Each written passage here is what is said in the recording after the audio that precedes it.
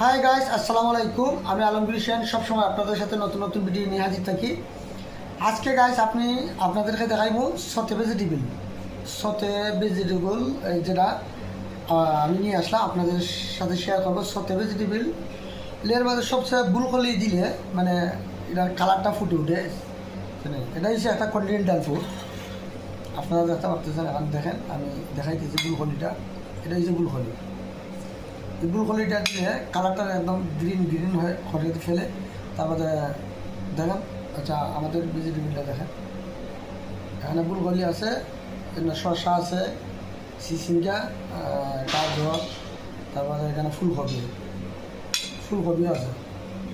এগুলা মানে 70% বয়েল করতে হয় আর কি, 70-80% বয়েল করলেই হয়ে যায়।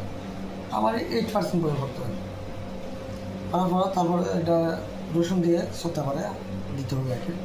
তো যাই হোক, দর্শক কিন্তু এই ব্রোকলি কিন্তু অনেক টেস্ট বাড়িয়ে দেয়। কিন্তু ব্রোকলি আপনারা দেখেন, ব্রোকলিটা কিন্তু ঠিক আছে, কালারটা খুব সুন্দর নিয়ে আসে। Colour broccoli green green colour, একটা গ্রিন কালার ভাব চলে আসে।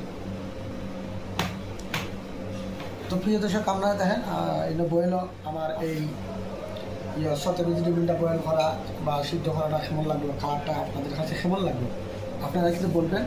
এটার কালারটা আপনারা দেখে বুঝতে পারবেন এটা কেমন মানে হচ্ছে আর কি।